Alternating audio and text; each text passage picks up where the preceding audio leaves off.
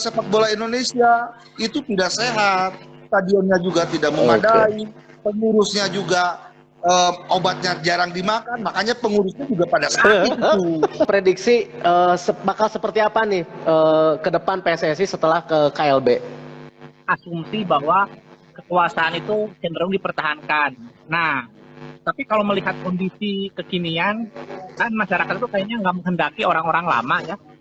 Nah, tapi apakah orang-orang lama itu bisa tetap mengendalikan? Bisa. Mereka pinjem tangan orang. Mereka ini kan orang-orang kaya ya, orang-orang berpengaruh, EXO ini. Ya bisa aja mereka masang orang-orangnya juga gitu. Jadi sekarang banyak barang-barang masuk nih ke barang-barang merchandise ya, yang masuk ke mana? Ke Qatar sebagai merchandise. Nah, ditemukan ada 144 kan nggak trofi. boleh. Nah, itu ditangkap tuh, ditemukan gitu. Ditangkap gitu karena barang-barang palsu gitu ya.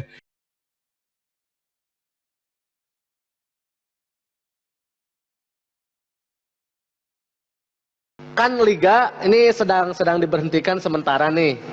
Nah, tanggapan Mang Gusdo seperti apa? Nah, tapi tanggapannya mau sebagai bobotoh, mau sebagai bobotoh klub, mau sebagai supporter manapun boleh ya, boleh. Saya sebagai presiden Bobotoh Club saja lah. Oh siap. Gimana tuh? Ya. Jadi liga untuk sementara dihentikan itu bukan masalah ya, karena tragedi Kanjuruhan juga harus transparan. Walaupun tim investigasi juga sudah berusaha semaksimal mungkin, tapi kan kita juga harus melihat, meraba, kita harus punya empati sama para keluarga korban. Jadi kalau misalnya untuk saat ini dihentikan, kalau kata saya ya, kalau dibilang bagus ya bagus lah. Biar ada dari semua orang yang terlibat di dunia sepak bola itu jadi berpikir ada apa nih dengan sepak bola Indonesia ini. Kalau dibilang sepak bola Indonesia ini sedang sakit ya sedang sakit lah. Biar mereka itu berobat dulu semuanya. Nah, jadi dibenahi, kepengurusannya juga dibenahi, exco-nya juga dibenahi. Selama ini kan yang kita tahu tuh anggota exco juga kan banyak tuh yang punya saham, punya klub juga itu tidak baik. Waduh. Itu tidak sehat. Tidak baik. Oh, itu tidak sehat. Tidak sehat itu. Baiknya. Jadi, exco itu ada di liga di Inggris, di luar negeri juga ada, tapi anggotanya itu tidak harus memiliki klub. Gitu. Oke, berarti tidak masalahnya dalam artian semua ekosistem dalam sepak bola Indonesia harus benar-benar belajar dari satu tragedi ini ya, dari tragedi-tragedi dan khususnya dalam tragedi ini, benar ya? Iya, betul sekali. Jadi tragedi ini kita juga harus jadi pembelajaran karena kita sekarang jadi tahu bahwa stadion yang ada di Indonesia itu ternyata tak layak tuh.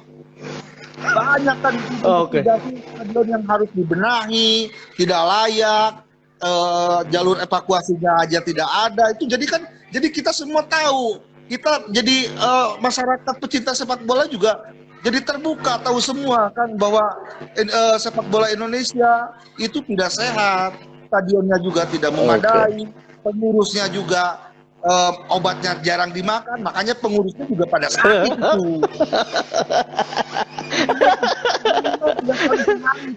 Dimakan dulu obatnya biar pada sehat tuh. Oke. Nah, kalau misalkan saya melihat kemarin sepertinya kalau saya menduga bahwa Mang Gusdul juga pengen duduk di bangku PSSI ini sepertinya. Nah, kalau misalkan terjadi nih, Mang Gusdul duduk menjadi ketua PSSI ini, mau seperti apa nih liga dibawa kemana nih? Ya, kalau saya duduk sebagai jadi ketua, ada yang pilih saya jadi ketua, ya saya karena mungkin saya akan menggunakan ke- ke- ke- kekuasaan saya itu akan semena-mena. Akan semena-mena. Kalian telah pingin saya jadi ketua itu harus punya pendirian seperti itu. Tapi Seperti yang oh, saya membawa bukan menginginkan, ini harapan saya ya, ingin Indonesia itu di dunianya juga terkenal, prestasinya juga di Asia ataupun di tingkat dunia juga hebat, dan sistem-sistem yang selama ini kelihatannya bobrok, kelihatannya tidak mendukung, ya akan saya rombak semuanya. Bahkan bila perlu, bom saya akan bawa tim saya untuk mengurus sepak bola Indonesia. Satu sampai ke anggota-anggota, sampai ke OB, office boy, sampai yang ngurus nanti satu gedung itu semua. Oke, gerbongnya ngambilnya dari mana? Gerbongnya ngambilnya dari mana? Oh ada, saya juga dari teman-teman dari Bobotoh. Kelapa. Yang pasti pengurus sepak bola itu harus yang mengerti bola dan menggunakan perasaan dan hati. Kunaon aing tadi deh. Kayak nggak sih ya tadi terbisanya sinyal tah. Nah, itu. Jadi yang pasti pengurus itu harus punya hati ingin memajukan sepak bola dan mengerti dunia sepak bola. Orang-orang yang cuan dan itu udahlah, hilangkan yang begitu. Kita harus berpikir dengan pikiran yang bersih, tenang, ingin membawa sepak bola Indonesia itu maju dan berprestasi. Maju. Oke. Hati ya. Pakai hati. Karena kalau nggak pakai perasaan, nggak pakai hati, ya mungkin ya seenaknya aja, berjalan begitu saja ya cuek aja, nggak bisa begitu dong. Iya. Karena nggak bisa ya. Kejadian di Kanjuruhan itu, ini satu musim ini sudah 3 kali dan bahkan 2 kali sebelumnya di GBLA. Nah, pernah ada korban di GBLA dan yang terakhir yang terbesar di Kanjuruhan, dan ini menjadi kedua terbesar dunia. Seharusnya dari kejadian di GBLA saja itu harus sudah menjadi cambuk, harus jadi pelajaran buat seluruh pengurus, entah itu PLIB-nya, entah itu panpelnya, entah itu klubnya, semua harus mengevaluasi kenapa ini sampai jatuh korban. Itu baru karena nggak diusut ya, biasa-biasa aja yang akhirnya terjadi di Kanjuruhan kan, seperti itu. Iya, nggak diusut di GBLA, yang nggak diusut juga ya. Oh, itu di GBLA saya nggak akan bilang, insya Allah itu di GBLA. Oke, kembali yang tadi Mang, berarti kalau Mang Gus Dur jadi ketua PSSI tadi kan mau dibuat semena-mena.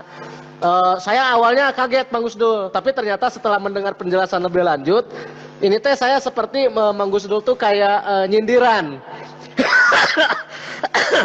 Mau batuk-batuk, minum dulu tuh kopi gajahnya. nyindir atau memang benar pengen semena-mena gitu. Ya. Ini kau kasih pertanyaan kayak menjebak orang ini, gimana? Enggak, bukan begitu. Jadi pada intinya. Oh, bukan begitu. Oke. Ya, jadi ketua itu ya harus konsisten lah, konsisten kalau dibilang saya menyindir ya saya sindir. Karena kenapa? Di awal-awal dia nggak mau mengakui kesalahannya. Setelah kebuka ini, di ujungnya akhirnya PSSI bertanggung jawab sepenuhnya atas tragedi Kanjuruhan. Kenapa tidak dari ya, benar nggak? Iya benar. Dari awal itu, karena walaupun itu jadi jangan lempar A, lempar B, lempar C. Jadi terkesan tidak mau disalahkan. Seharusnya entah itu dari pihak broadcaster, entah itu dari PT LIB, entah itu dari Panpel, dari PSSI-nya. seharusnya duduk bersama dan menyatakan bahwa mereka bertanggung jawab, bukan saling lempar yang salah si A, yang salah si B. Kan itu menjadi apa, masyarakat itu menjadi apa, muak akhirnya. Loh, sebagai pemimpin kok tidak punya pendirian sama sekali, masa pemimpin nyalahin si ini? Tidak baik. Mereka duduk bersama dan menyatakan bertanggung jawab atas tragedi Kanjuruhan. Mungkin tidak akan berlarut-larut, liga juga mungkin akan cepat jalan lagi. Seperti itu. Kalau ini kan saling kesalahan. Ya, benar nggak? Iya, benar. Itu tidak baik. Itu yang saya tidak suka itu. Oke, cukup Mang Gusdul ya. Nanti terlalu dalam juga ini akan memakan banyak waktu nih. Karena kita harus ngopi, Mang Gusdul. Oh iya, harus dong. Oh iya. Kita kirim ke rumahku kau. Oke, siap. Sekarang OTW. Ya, tunggu kopi gajahnya. Siap. Hatur nuhun. Oke. Sudah Mang Gusdul. Tarik wae Mang Gusdul mah. Tarik wae. Salam buat semuanya. Oh, boleh saya satu pesan sedikit? Boleh, silakan. Jadi buat semuanya mungkin kita harus bersabarlah dulu lah. Jadi jangan terlalu tergesa-gesa, terlalu terburu-buru menginginkan kapan liga digelar. Itu yang sering dipertanyakan sama teman-teman. Jadi pemerintah juga bukan hanya mengurus sepak bola, banyak agenda-agenda pemerintah yang mungkin perlu perhatian khusus. Dan pihak keamanan pun mungkin tidak akan dengan mudah memberikan izin begitu saja. Berkaca dari kejadian Kanjuruhan. Nah, mungkin pihak keamanan juga akan lebih selektif, akan lebih istilahnya ya tidak akan dengan mudah memberikan izin, itu aja. Jadi buat teman-teman saya harap bersabar aja dulu. Nanti kalau sudah waktunya mungkin liga juga akan digelar. Saya juga sama cinta sepak bola, saya juga kangen sama dengan nonton pertandingan sepak bola. Itu aja dari saya. Kabar, terima kasih Bung Dede undangan live-nya. Siap, Bang Gusdul. Ya, kopi tubruk gajah aroma khas yang mantap. Untuk dikirim. Hatur nuhun Bang Gusdul. Kang Eko sehat. Wilujeng liburan. Di mana Kang Eko? Saya liburan di Lembang. Oke. Nah, Kang Eko, ini ya, tuh kan rame. Nih Kang Eko, sebentar lagi kan akan ada pelaksanaan KLB nih. Nah, secara dari sisi pengamat hukum sepak bola nih ya, pengamat hukum sepak bola ya. Ini pelaksanaan ini sudah benar dari sisi tahapan untuk pelaksanaannya atau belum, dan gimana tanggapan lebih jauhnya?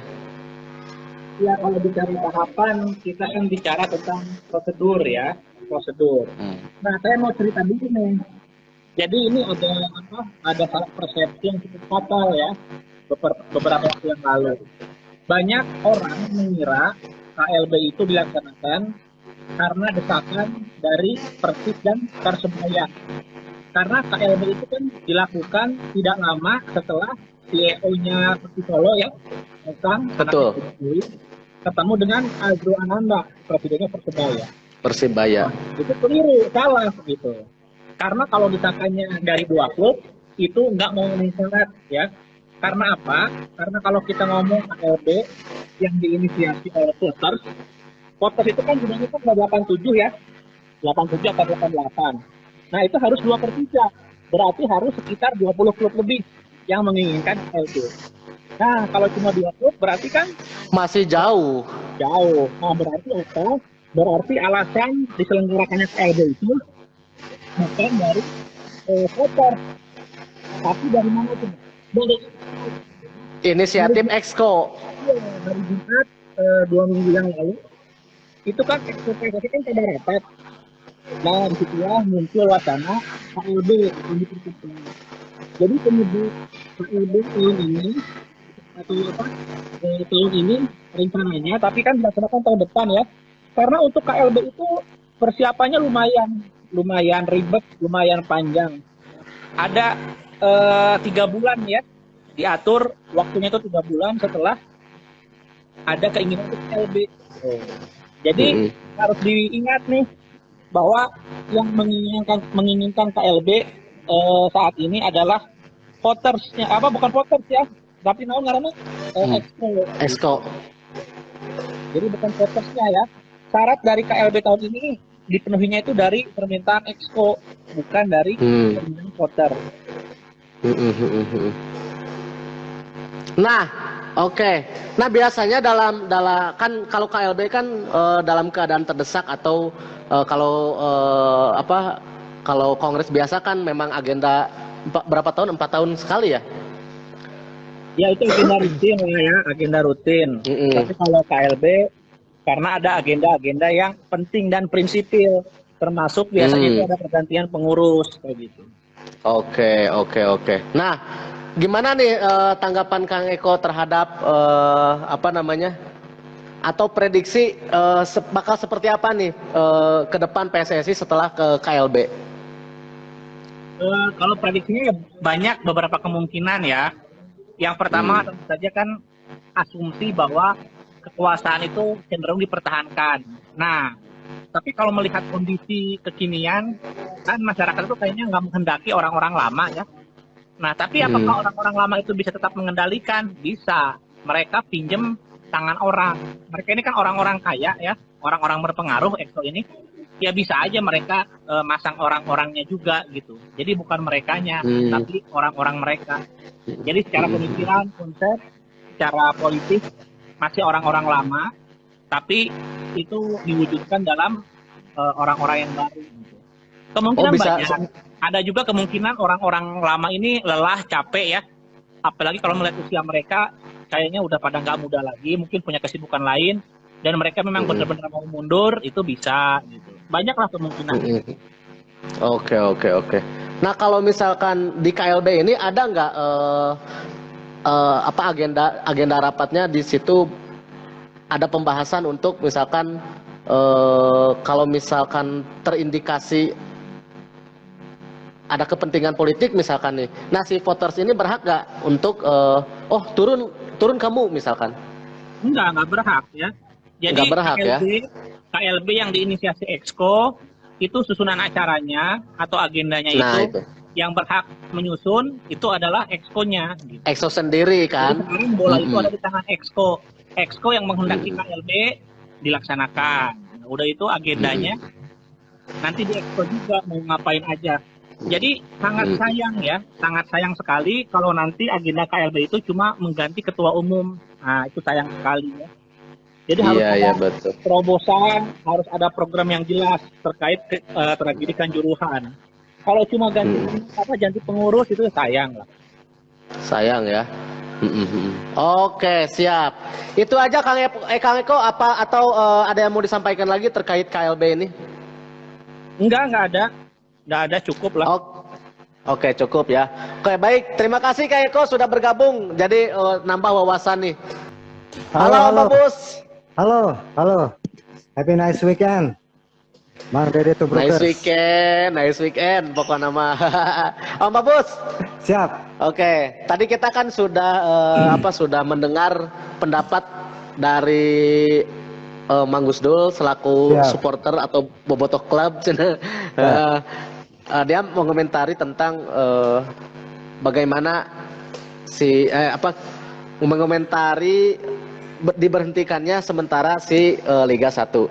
Nah, kemudian tadi dari Kang Eko tanggapan terhadap KLB dan hukum-hukumnya gitu. Nah, sekarang kita loncat nih ke Om Babus untuk persiapan Piala Dunia nih. Waduh, Oke, seperti apa nih Kang Om Babus? Apa yang bisa kita nikmati hari ini? Ini ada 2-3 berita ya buat para tubrokers di acara ini ya. Yang pertama yang paling terbaru itu ada kabar Liga Premier ya didesak untuk berhenti lebih cepat gitu loh. Jadi karena banyak yang cedera gitu loh. Jadi Oke. si Liga Premier ini memiliki 2 pertandingan terakhir yang tersisa nih gitu sebelum Piala Dunia 2002. Jedanya juga antara beresnya Liga Premier itu dengan Piala Dunia itu cuman sepekan gitu ya. Nah, jadi korban-korbannya juga banyak gitu. Korban-korbannya banyak. Nah, sebut saja kalau dari pemain Inggris gitu ya, itu ada Reece James, Ben Chilwell, Bukayo Saka, Kyle Walker itu pada cedera juga. Terus yang tim Portugal itu Diogo Jota gitu ya. Di Prancis N'Golo Kante sama Paul Pogba ya.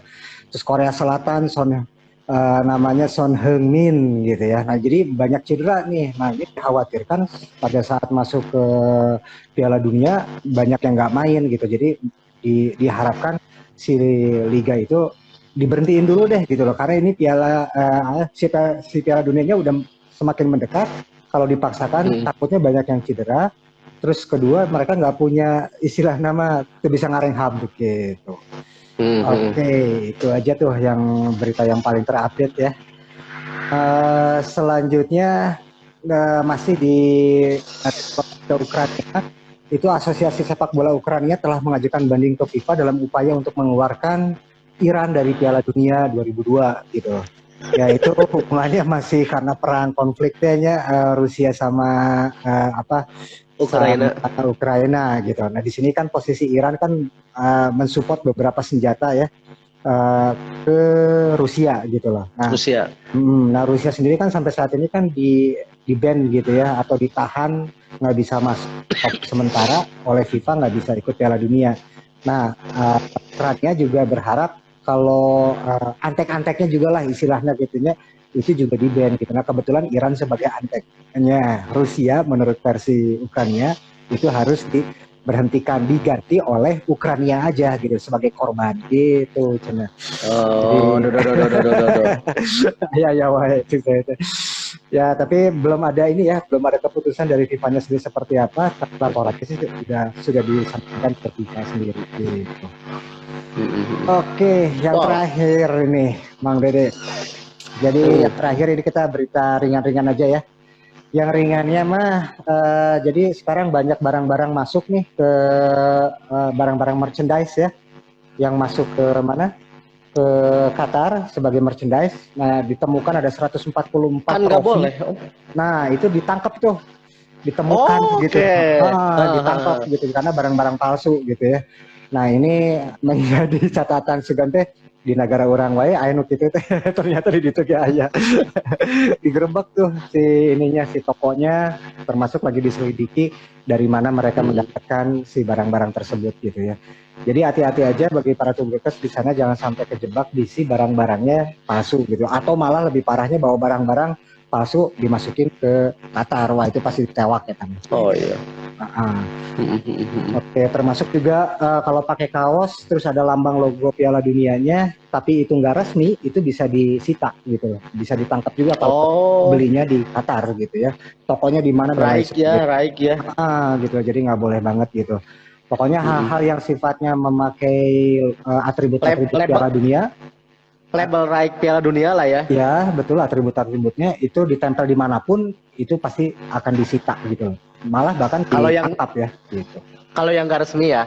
Kalau yang nggak resmi gitu. Termasuk juga kabar katanya ada pembuatan parfum tapi dicetak dengan ada logo Piala Dunia ya. Nah itu langsung disita semua itu si parfum gitu Mang Dede Tubrukers.